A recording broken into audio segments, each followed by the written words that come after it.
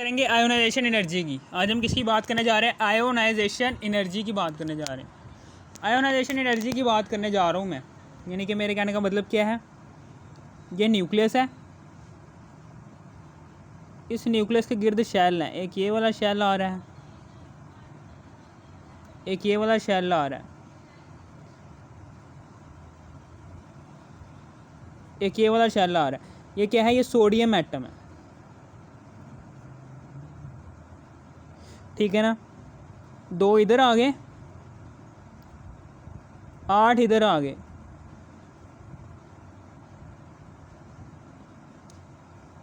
और sodium atom के valence shell में 1 इलेक्ट्रॉन होता है, ठीक है ना। समझ आ गई। यहाँ पर हम क्या करते हैं, हम इस सोडियम एटम, ये जो सोडियम एटम है, इस सोडियम एटम के इस वैलेंस इलेक्ट्रॉन को, हमें पता है कि ये सोडियम एटम है, इस सोडियम एटम ने अपने आप को ऑक्टेट रूल के मुताबिक स्टेबल करना है।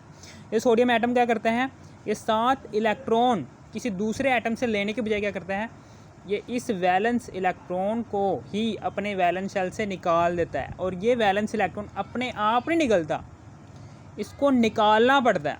इसको निकालने के लिए हम एनर्जी प्रोवाइड करते हैं,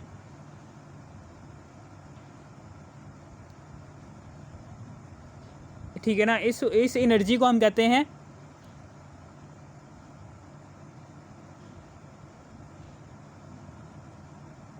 एनर्जी, अपनी तरफ से प्रोवाइड करते हैं। और इसी एनर्जी को कहते हैं, ये कौन सी एनर्जी है जी?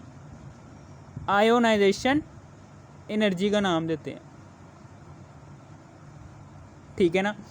आयोनाइजेशन का मतलब है जी आयन, एक एटम को आयन में कन्वर्ट कर देने वाली एनर्जी, ठीक है ना। समझ आ गई। यानी कि आपने बोहर्स एटॉमिक मॉडल पढ़ा होगा कि एक एटम के जब एक इलेक्ट्रॉन, एक एटम के जब एक इलेक्ट्रॉन एटम के किसी भी शेल के अंदर रिवॉल्व कर रहा होता है, यानी कि एक इलेक्ट्रॉन फिक्स शेल के अंदर अपनी सर्कुलर मोशन बरकरार रख रहा है, तो फिक्स शेल के अंदर इलेक्ट्रॉन रिवॉल्व कर रहा है, उस दौरान ना तो वो इलेक्ट्रॉन अपनी एनर्जी रिलीज़ करेगा, ना ही वो इलेक्ट्रॉन अपनी एनर्जी एब्जॉर्ब करेगा इन्वायरमेंट से। एनर्जी तब रिलीज़ होगी इलेक्ट्रॉन से, तब एनर्जी एब्जॉर्ब होगी, इलेक्ट्रॉन तब एनर्जी एब्जॉर्ब करता है जब वो इलेक्ट्रॉन इनर शेल से आउटर शेल की तरफ जा रहा हो। और एनर्जी कब रिलीज़ करता है इलेक्ट्रॉन? जब वही इलेक्ट्रॉन आउटर मोस्ट शेल से इनर शेल की तरफ आ रहा हो, तब वो एनर्जी रिलीज़ करता है। यहाँ पर क्या हो रहा है, यहाँ पर आयोनाइजेशन एनर्जी, हमने एनर्जी प्रोवाइड की है ताकि ये इलेक्ट्रॉन इस आउटर मोस्ट शेल से, इसके ये इस एटम के इर्द गिर्द भी बहुत से शेल्स होते हैं, फॉर एग्जांपल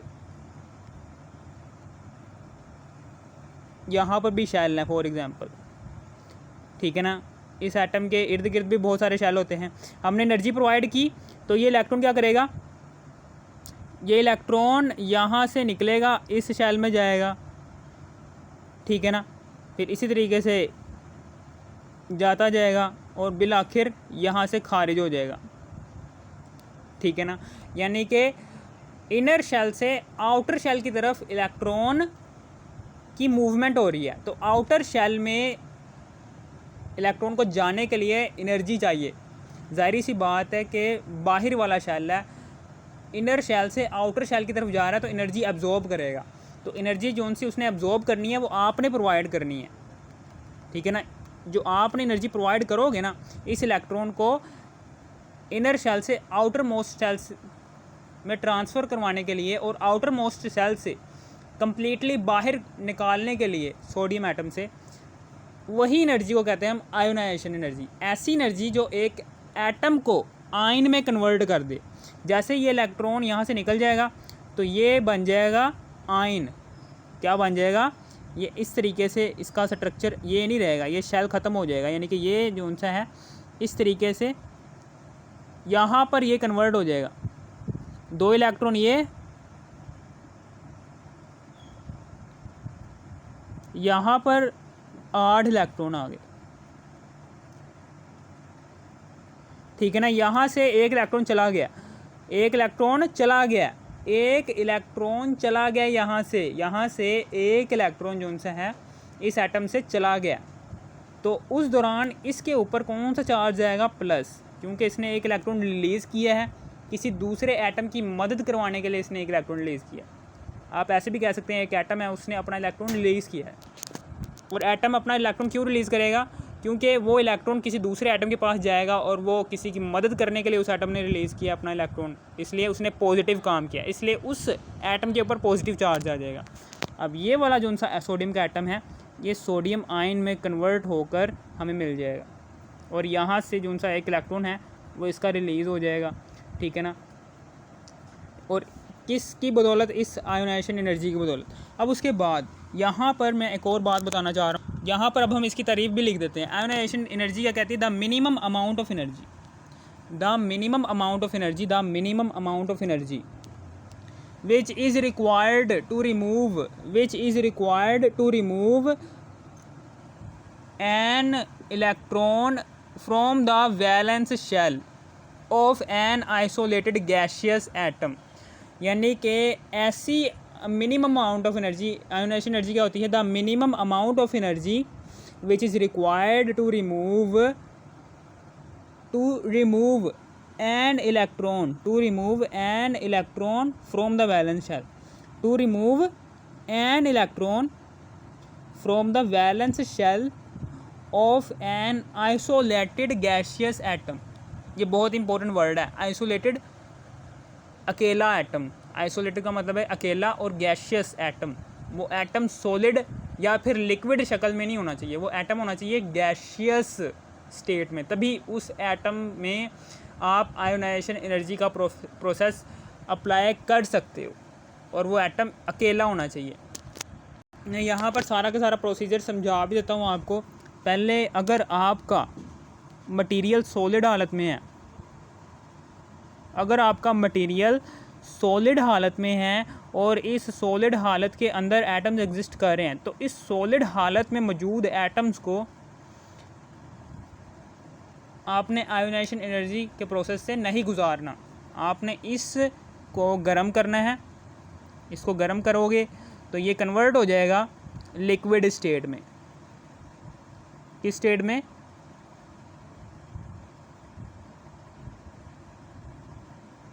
ये लिक्विड स्टेट में इस तरीके से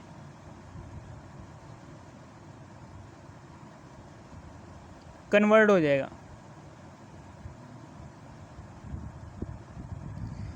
जैसे ही ये कन्वर्ट हो जाएगा लिक्विड स्टेट में, तो आपने इसको मज़ीद गर्म करना है, और फिर जब ये गैस स्टेट में कन्वर्ट होना शुरू हो जाएगा ना,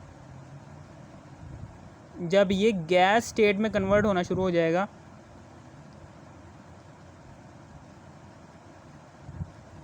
तो अब ये गैसियस फॉर्म आ गई है। ये सिलेंडर है, ये सिलेंडर के अंदर गैसियस फॉर्म आ गई है इस सॉलिड मटेरियल की। ये सॉलिड है, इसको गर्म किया, ये लिक्विड है, और लिक्विड से ये गैस स्टेट में आ गया। अब यहाँ से एक आइसोलेटेड एटम को निकाल लो। ये आइसोलेटेड एटम, फॉर एग्जांपल मैंने ये वाला निकाल लिया, ठीक है। इस आइसोलेटेड एटम को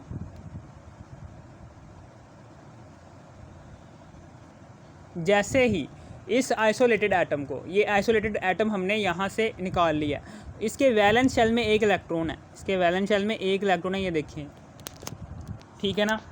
ये आइसोलेटेड एक अकेले एटम को कहते हैं आइसोलेटेड गैसियस एटम को लेना है। ये आइसोलेटेड गैसियस एटम ले लिया। ये कौन सा एटम है?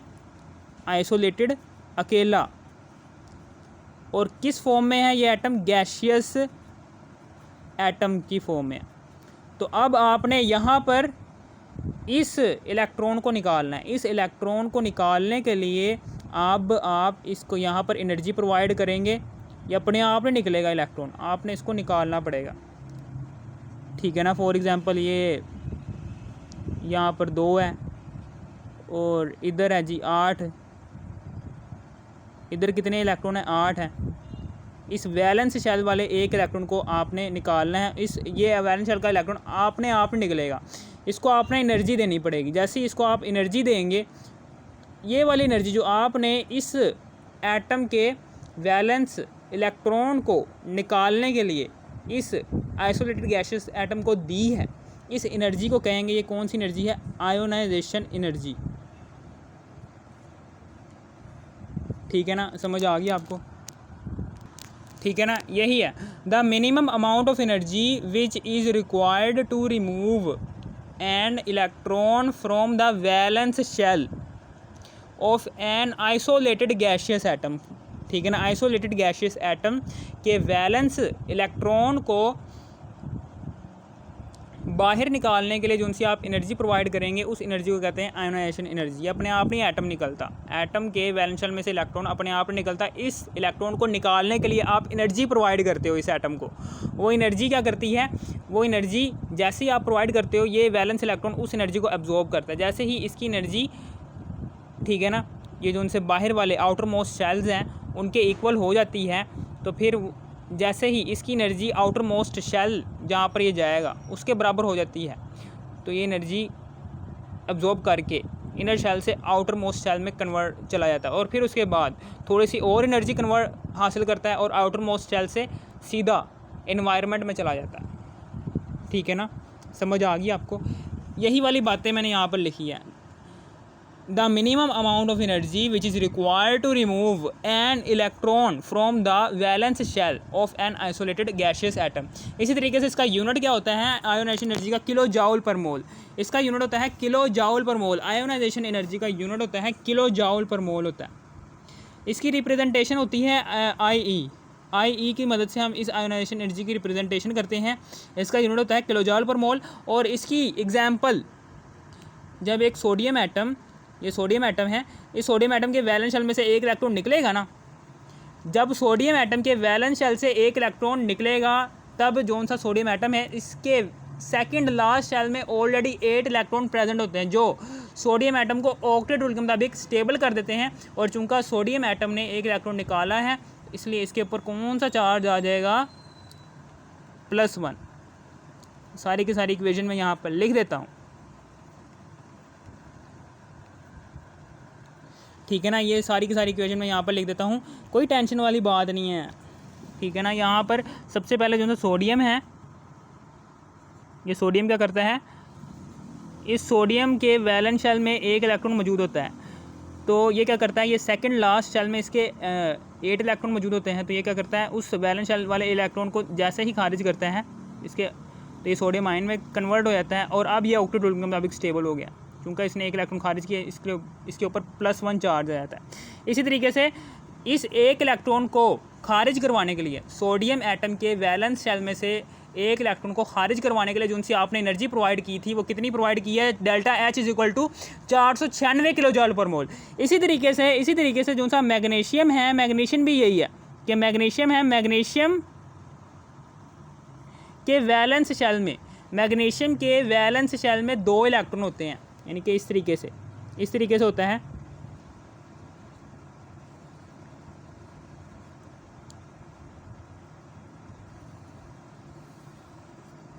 यहाँ पर 2 इलेक्ट्रॉन होते हैं, इधर होते हैं 8 इलेक्ट्रॉन, और यहाँ पर 2 इलेक्ट्रॉन होते हैं। इन दो, अब मैग्नीशियम एटम होता है, ये हमेशा याद रखना कि आयोनाइजेशन एनर्जी किसी भी एटम की तभी आयोनाइजेशन एनर्जी, कोई भी एटम तभी आयोनाइजेशन एनर्जी का प्रोसेस में इन्वॉल्व होगा जब उस एटम के वैलेंस शेल में, बहुत ही इंपॉर्टेंट बात है, जब उस एटम के वैलेंस शेल में 1 इलेक्ट्रॉन हो, 2 इलेक्ट्रॉन हो, या फिर मैक्सिमम 3 इलेक्ट्रॉन हो, मैक्सिमम 3 इलेक्ट्रॉन हो। जब भी किसी एटम के वैलेंस शेल में 1 या फिर 2 या फिर 3 इलेक्ट्रॉन मौजूद होना, तो तब वही वाला एटम इस आयोनाइजेशन एनर्जी के प्रोसेस में से गुजर कर, ठीक है ना, में से गुजर कर आपको आयन प्रोवाइड करेगा। ठीक है ना, समझ आ गई? मैक्सिमम 3 इलेक्ट्रॉन जब भी किसी वैलेंस शेल के अंदर हो ना, तभी वो एटम इलेक्ट्रॉन का खराज करता है। ठीक है ना, इलेक्ट्रॉन का खराज करता है, और उसके सेकंड लास्ट शेल में 8 इलेक्ट्रॉन होते हैं। 8 इलेक्ट्रॉन क्या करते हैं, उसको ऑक्टेट रूल के मुताबिक स्टेबल कर देते हैं। अब ये मैग्नीशियम एटम है, मैग्नीशियम एटम की बात कर लो। ये मैग्नीशियम एटम क्या करता है, ये मैग्नीशियम एटम क्या करता है, यहाँ पर ये 2 इलेक्ट्रॉन को खारिज कर देता है। जैसे ही ये 2 इलेक्ट्रॉन को खारिज करता है, ये न्यूक्लियस है, जैसे ही ये 2 इलेक्ट्रॉन को खारिज करता है यहाँ पर,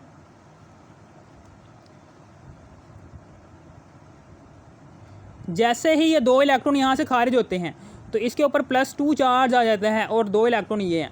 और 2 इलेक्ट्रॉन कब खारिज हुए हैं, जब आपने इसको एनर्जी प्रोवाइड की है, ठीक है ना, एनर्जी प्रोवाइड की है।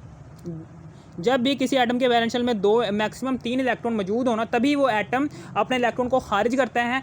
और इलेक्ट्रॉन को खारिज करवाने के लिए किसी भी एटम से हम एनर्जी प्रोवाइड करते हैं, उस एनर्जी को कहते हैं आयोनाइजेशन एनर्जी, ठीक है ना। आयोनाइजेशन एनर्जी प्रोवाइड करने के बाद वही वाला एटम आयन में कन्वर्ट हो जाता है, ठीक है ना, ये आयन में कन्वर्ट होकर हमें मिल गया। इसलिए हम इस एनर्जी को कहते हैं आयन, किसी भी एटम को आयन में कन्वर्ट कर देने वाली एनर्जी, आयोनाइजेशन एनर्जी, ठीक है ना, समझ आ गई। इसी तरीके से ये मैग्नीशियम है, मैग्नीशियम का जैसे ही 1 इलेक्ट्रॉन निकलेगा तो उस दौरान हमने जो सी एनर्जी प्रोवाइड की है मैग्नीशियम का, फ़ौरन नहीं दोनों इलेक्ट्रॉन निकालना है, पहले हमने 1 इलेक्ट्रॉन निकालना है। 1 इलेक्ट्रॉन निकालने के लिए जो सी आप एनर्जी प्रोवाइड करोगे वो डेल्टा H1 होगी, वो होगी 738 किलो जूल पर मोल, ठीक है ना। फिर उसके बाद हम इसी मैग्नीशियम एटम, ये जो सा है ना, इस मैग्नीशियम आयन के वैलेंस शेल में अभी भी 1 इलेक्ट्रॉन रहता है। तो अब उस इलेक्ट्रॉन से जान छुड़वाने के लिए हम एक और एनर्जी प्रोवाइड करते हैं इस मैग्नीशियम आयन को, ताकि वो दूसरा इलेक्ट्रॉन भी इस मैग्नीशियम आयन के वैलेंस शेल में से निकल जाए। उस एनर्जी को, ये क्या है, ये डेल्टा H2 है, डेल्टा H2 है। हमेशा याद रखना, आयोनाइजेशन फर्स्ट वाली जो सी आयोनाइजेशन एनर्जी होगी वो कम होगी, सेकंड वाली आयोनाइजेशन एनर्जी ज़्यादा होगी। क्यों ज़्यादा होगी, इसकी वजह ये है, ये भी बहुत ही इंपॉर्टेंट बात है कि क्यों ज़्यादा होगी। क्योंकि जैसे ही ये इलेक्ट्रॉन यहाँ से निकल जाएगा, जैसे ही ये इलेक्ट्रॉन यहाँ से निकल जाएगा, ठीक है ना, ये इलेक्ट्रॉन निकल गया। अब देखो, ये मेरी बात याद रखना, पहले जब ये मैग्नीशियम एटम था उस दौरान इसके 1 2 8 9 10 11 12 इलेक्ट्रॉन हैं। इसके शेल्स के अंदर 12 इलेक्ट्रॉन एग्जिस्ट कर रहे हैं, ठीक है ना। इसका मतलब क्या है कि न्यूक्लियस के अंदर कितने प्रोटॉन एग्जिस्ट कर रहे होंगे, 12 प्रोटॉन। जैसे ही इसके वैलेंस शेल में से 1 इलेक्ट्रॉन निकल जाता है, बाकी बच के 11 इलेक्ट्रॉन, लेकिन इसके न्यूक्लियस के अंदर 12 के 12 प्रोटॉन ही अभी मौजूद हैं। तो ये 12 प्रोटॉन क्या करते हैं, ये 12 प्रोटॉन क्या करते हैं, ये जो उनसे शेल्स के अंदर बाकी बच चुके यानी कि रिमेनिंग इलेक्ट्रॉन्स होते हैं, उनको अपनी तरफ ज़्यादा अच्छे तरीके से अट्रैक्ट कर पाते हैं, जिसकी वजह से अब इस न्यूक्लियस की अट्रैक्शन रिमेनिंग इलेक्ट्रॉन पर बहुत ज़्यादा हो जाएगी, क्योंकि अब न्यूक्लियस के अंदर पॉजिटिव चार्ज ज़्यादा आ गया, जबकि शेल्स के अंदर नेगेटिव चार्ज कम मौजूद है।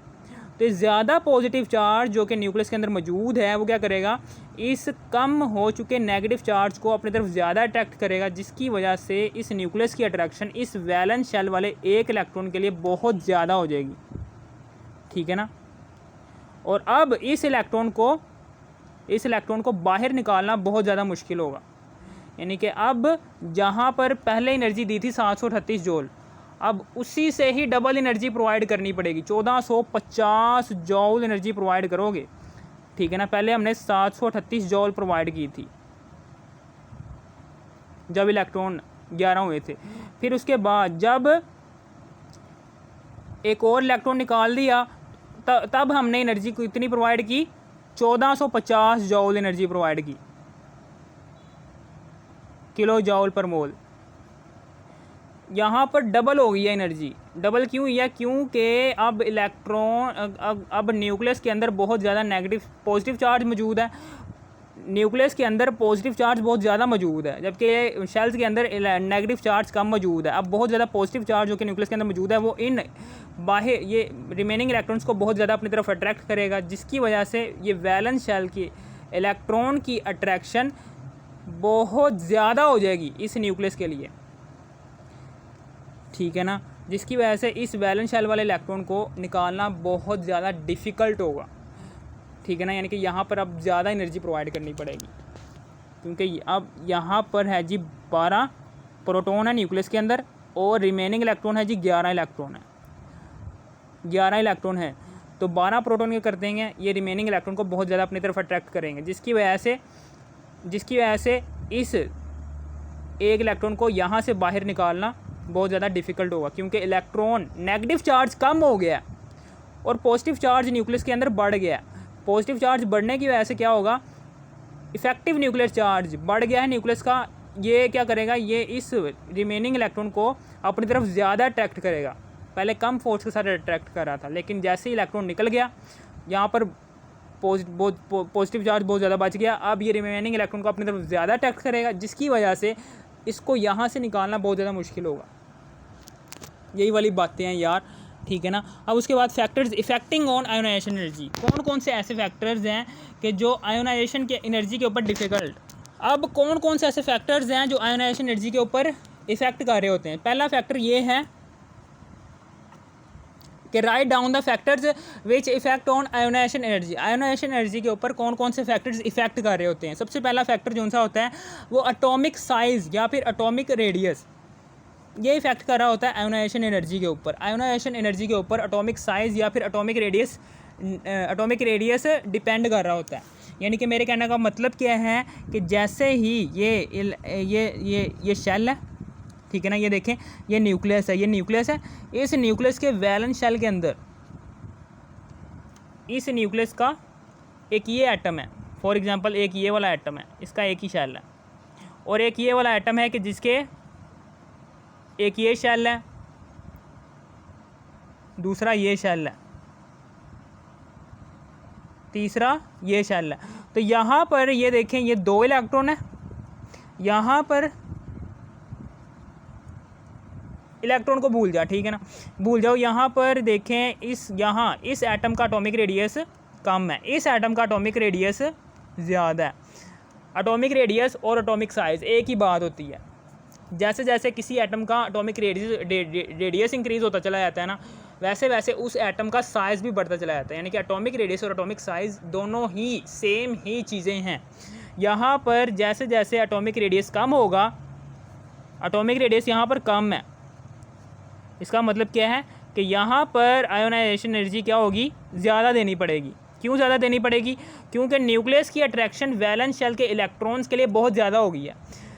न्यूक्लियस का वैलेंस शेल के इलेक्ट्रॉन्स के लिए जो सा फासला है वो बहुत कम है, जिसकी वजह से न्यूक्लियस की वैलेंस शेल के इलेक्ट्रॉन पर बहुत ज़्यादा अट्रैक्शन है। बहुत ज़्यादा अट्रैक्शन होने की वजह से इन वैलेंस इलेक्ट्रॉन्स को यहाँ से बाहर निकालना बहुत ज़्यादा डिफ़िकल्ट होगा, बहुत ज़्यादा डिफ़िकल्ट होगा, ठीक है ना, बहुत ज़्यादा डिफ़िकल्ट हो गया। यानी कि ज़्यादा एनर्जी प्रोवाइड करनी पड़ेगी। यहाँ पर आपको फॉर एग्जांपल 2000 किलो जूल पर मोल एनर्जी प्रोवाइड करनी पड़ेगी, फिर जाकर ये निकलेगा यहाँ से। लेकिन जैसे ही इस एटम का एटॉमिक रेडियस बढ़ जाता है, जैसे ही इस एटम का एटॉमिक रेडियस बढ़ जाता है, एटम का एटॉमिक रेडियस यहाँ पर इंक्रीज़ हो गया, यहाँ पर ये देखें ये एटॉमिक रेडियस यहाँ पर बहुत ज़्यादा बढ़ गया।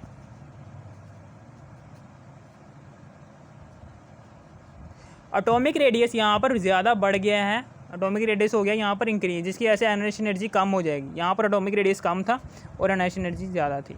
एटॉमिक रेडियस बढ़ने की वजह से क्या होगा, न्यूक्लियस का वैलेंस शेल के दरमियान फासला बहुत ज़्यादा बढ़ जाएगा। जैसे ही फासला बढ़ेगा तो न्यूक्लियस की अट्रैक्शन वैलेंस शेल के इलेक्ट्रॉन्स के ऊपर बहुत कम हो जाएगी।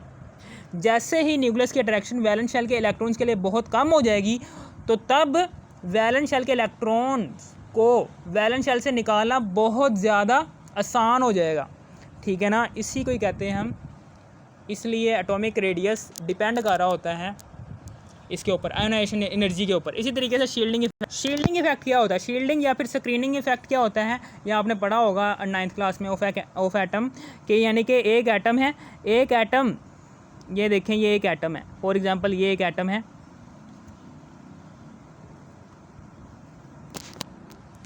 फॉर एग्जांपल ये वाला एटम है,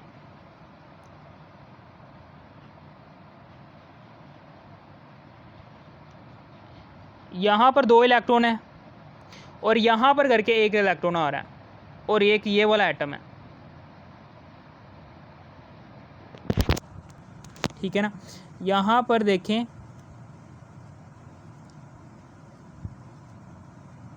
एक ये वाला शेल है और इसी तरीके से ये बाहर वाला शेल है,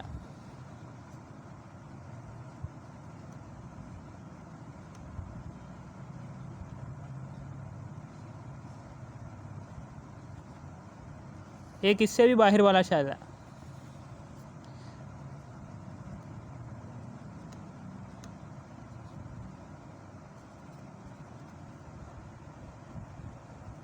एक इससे भी बाहर वाला शेल है, ये वाला एक इलेक्ट्रॉन है। यहाँ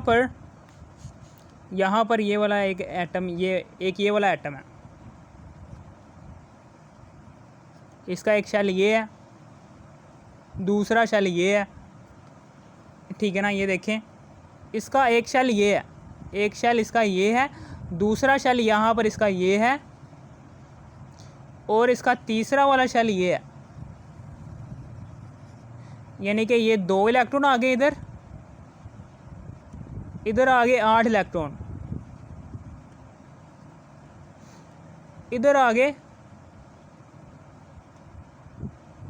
2 इलेक्ट्रॉन, ठीक है ना।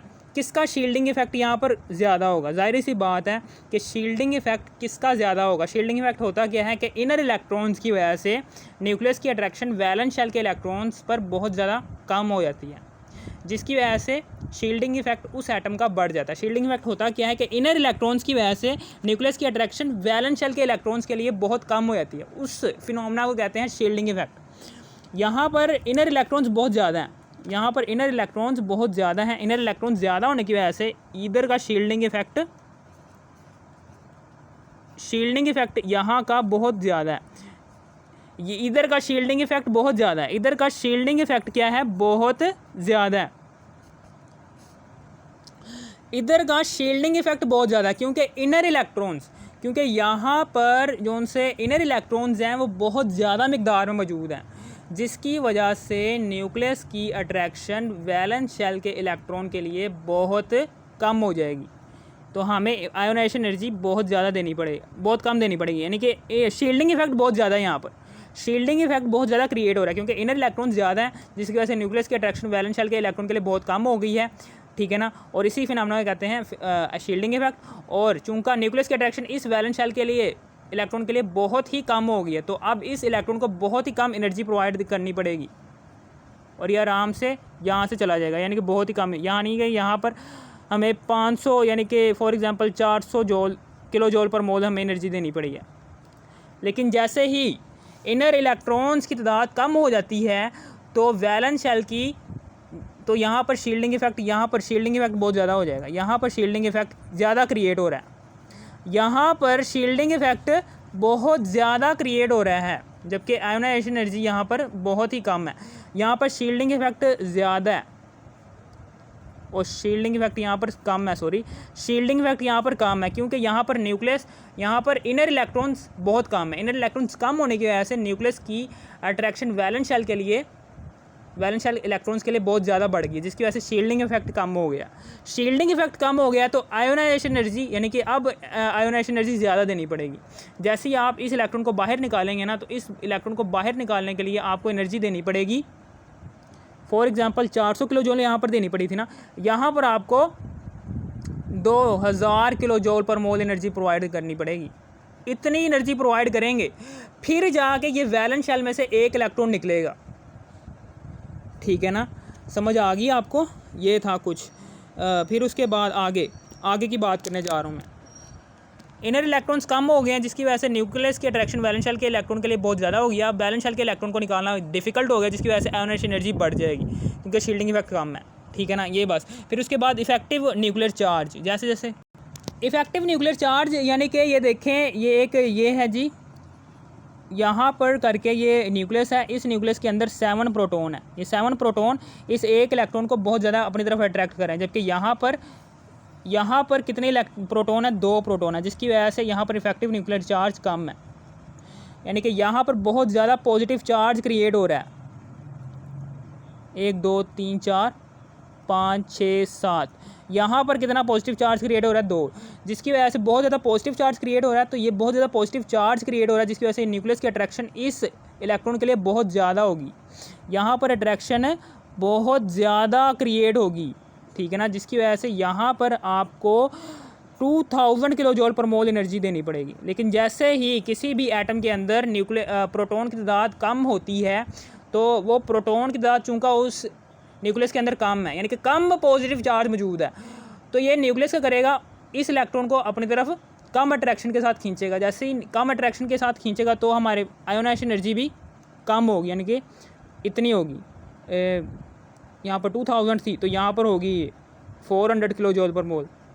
इसी तरीके से एक और है नेचर ऑफ ऑर्बिटल। ये एस ऑर्बिटल जो सा होता है ये न्यूक्लियस के बहुत ज़्यादा करीब होता है, जिसकी वजह से यहाँ पर आयोनाइजेशन एनर्जी ज़्यादा होती है, ठीक है ना। ये देखें, ये है G S orbital. S orbital बहुत ज़्यादा न्यूक्लियस के करीब होता है, ठीक है ना। तो इस एस ऑर्बिटल से इलेक्ट्रॉन को निकालना बहुत ज़्यादा मुश्किल होता है, यानी कि ज़्यादा एनर्जी प्रोवाइड करनी पड़ेगी। जैसे ही पी ऑर्बिटल की तरफ जाएंगे तो पी ऑर्बिटल न्यूक्लियस से थोड़ा दूर होता है, जिसकी वजह से यहाँ पर एनर्जी कम प्रोवाइड करनी पड़ेगी एस ऑर्बिटल की निस्बत। और डी ऑर्बिटल थोड़ा और न्यूक्लियस से दूर होता है, जिसकी वजह से यहाँ पर एनर्जी और कम प्रोवाइड करनी पड़ेगी न्यूक्लियस को यहाँ से रिलीज़ करवाने के लिए एस और पी की निस्बत। इसी तरीके से एफ ऑर्बिटल बहुत ज़्यादा दूर होता है, जिसकी वजह से न्यूक्लियस से बहुत ज़्यादा दूर होता है। एफ ऑर्बिटल का शेल जो सा होता है, एफ ऑर्बिटल का शेल बहुत ज़्यादा दूर होता है, जिसकी वजह से यहाँ से इलेक्ट्रॉन को रिलीज़ करवाने के लिए एनर्जी और कम प्रोवाइड करनी पड़ेगी एस, पी और डी की निस्बत। इसे हम कहते हैं nature of orbital. Nature of orbital के ऊपर भी ये इफ़ेक्ट कर रहा होता है आयोनाइजेशन एनर्जी, ठीक है ना। समझ आ गई आपको। ये था कुछ, यहाँ पर एनर्जी ज़्यादा प्रोवाइड करनी पड़ेगी पी ऑर्बिटल में उससे कम, डी ऑर्बिटल में उससे कम, एफ ऑर्बिटल में सबसे कम एनर्जी प्रोवाइड करनी पड़ेगी, ठीक है ना। ये क्या है, आयोनाइजेशन एनर्जी का फार्मूला है कि नेचर ऑफ ऑर्बिटल में। अगर आपको इस वीडियो की ज़रा सी भी थोड़ी सी भी समझ आ गई, इस वीडियो कर दो लाइक और सब्सक्राइब और शेयर भी